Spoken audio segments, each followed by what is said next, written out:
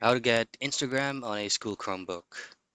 Now in this video I'm going to be showing you a couple of troubleshooting steps for you to be able to access Instagram into your school Chromebook.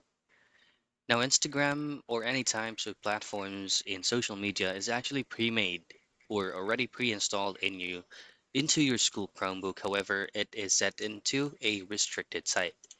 Now all you have to do is just to open up your school Chromebook browser, right click on your taskbar, and from there you just have to create or bookmark this specific um, site where you're in right now, which is actually default.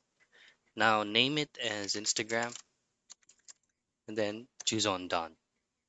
Now from there you just have to access all the bookmark that you created by clicking on the bookmark manager and then go to bookmarks bar and then the one that you created, click on the three dots and then choose on edit.